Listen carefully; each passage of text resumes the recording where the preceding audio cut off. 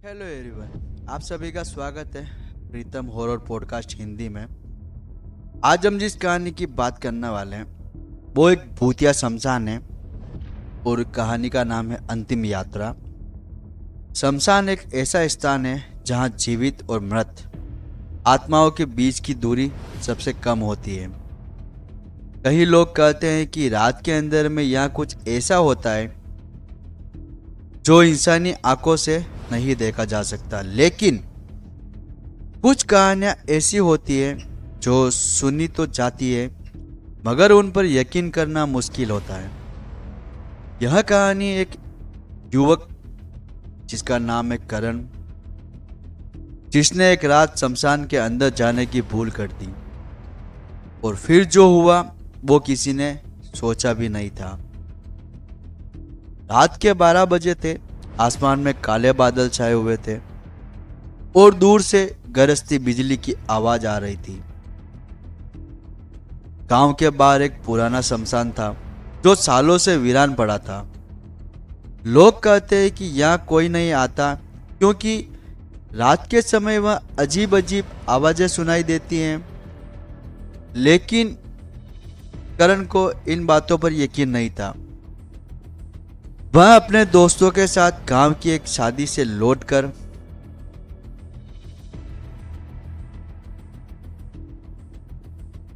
तो करण और उसके दोस्त शादी से लौट रहे थे जब अचानक शॉर्टकट लेने के लिए उसने शमशान के रास्ते से जाने का फैसला किया।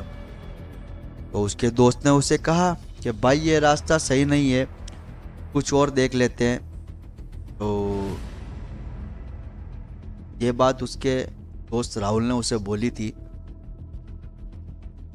तो करण बोलता है, अरे यार बस 10 मिनट की तो बात है, डरने की कोई जरूरत नहीं है। करण हंसते हुए बोला, लेकिन जैसे ही उन्होंने कदम बढ़ाए हवा का एक ठंडा झोंका आया, पेड़ सरसराने लगे और दूर कहीं उल्लू की तेज आवाज गूंज उठी। तीनों दोस्तों के दिलों में एक अजीब सा डर बैठने लगा। तो विशाल ने कहा कि भाई जल्दी निकलते हैं यहाँ से। पर जैसे कि मैंने पहले बताया कि करण इन चीज़ों पर विश्वास नहीं करता था, तो करण ने बोला कुछ नहीं होगा भाई, चलो। तो शमशान के गेट के करीब पहुंचे। अचानक हवा शांत हो गई। अंदर घना अंधेरा था। चारों तरफ सिर्फ टूटी फूटी कब्रें, अधजली लकड़ियाँ, ढेर और कुछ जगहों पर ताजी राख फैली हुई थी। अचानक करण की नजर एक पुरानी चीता पर पड़ी जिसमें से अब भी हल्का हल्का धुआं उठ रहा था। यहाँ किसी का अंतिम संस्कार अभी हुआ है, राहुल ने धीरे से कहा। चलो जल्दी निकले। विशाल भी घबराने लगा, लेकिन तभी किसी ने करण के कंधे पर हाथ रख दिया। करण चौंक कर पीछे मुड़ा, लेकिन वहां कोई नहीं था। तो राहुल ने उससे पूछा, क्या हुआ भाई? तो करण ने कहा, किसी ने मुझे छुआ। अब करण को भी डर लगने लग गया। चलो यार, यहाँ जगह अच्छी नहीं लग रही, विशाल ने कहा और तेजी से बाहर जाने लगा। लेकिन जैसे ही उन्होंने चलना शुरू किया, अचानक उन्हें लगा कि कोई उनके पीछे चल रहा है। पत्तों पर किसी के पैरों की हल्की आवाज सुनाई देने लगी। तो करण ने धीरे से उसके दोस्तों को पूछा कि भाई तुझे भी कोई आवाज सुनाई दे रही है क्या? राहुल और विशाल ने सिर हिलाया, कहा हाँ भाई, अब जल्दी से यहाँ से निकलो। भाई जो भी हो यहाँ से निकलो और जल्दी से निकलो।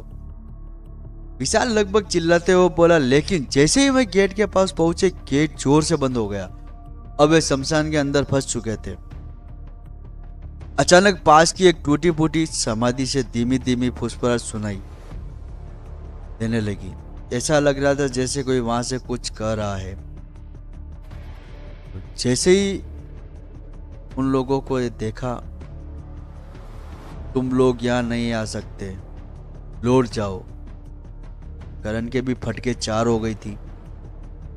टॉर्च निकाली और समाधि की ओर रोशनी डाली। वहां कुछ भी नहीं था, लेकिन तभी राहुल इशारा करता है, वो देखो। एक दूर खड़ी छाया मूर्ति धीरे धीरे उनकी तरफ बढ़ रही थी। उसके लंबे बाल थे, सफ़ेद कपड़े, और उसकी आंखें एकदम खाली लग रही थी। वह हवा में तैरती हुई चल रही थी। तो विशाल लगा, भाई यहाँ से अब निकल लो, निकलने में भले ही है। लेकिन उनके पैर जमीन से चिपक गए, शरीर सुन्न पड़ चुका था और चाहकर भी उस जगह से नहीं हिल पा रहे थे। परछाई अब उनके बहुत करीब थी। उसने धीरे से कहा, अब तुम भी यहीं रहोगे। और फिर सुबह गांव वालों को शमशान के बाहर विशाल और राहुल बेहोश पड़े मिले, लेकिन करण का कोई पता नहीं। जब विशाल और राहुल को होश आया तो उन्होंने बताया कि करण को आखिरी बार उन्होंने उस परछाई के करीब जाते देखा। गांव के बुजुर्गों ने कहा, यह पहली बार नहीं हुआ, सालों पहले भी कई लोग वहां से गायब हो चुके, लेकिन करण अभी नहीं मिला। कुछ लोग कहते हैं कि आज भी अगर आप रात के समय उस शमशान के पास से गुजरे तो आपको करण की आवाज़ सुनाई देगी, मुझे यहाँ से बाहर निकालो, मैं अभी भी जिंदा हूँ। तो कैसा लगा यह पॉडकास्ट, प्लीज़ हमें कमेंट करके ज़रूर बताना। और अब हम मिलेंगे आपको एक नई कहानी के साथ। तब तक के लिए सभी भाइयों को जय श्री राम।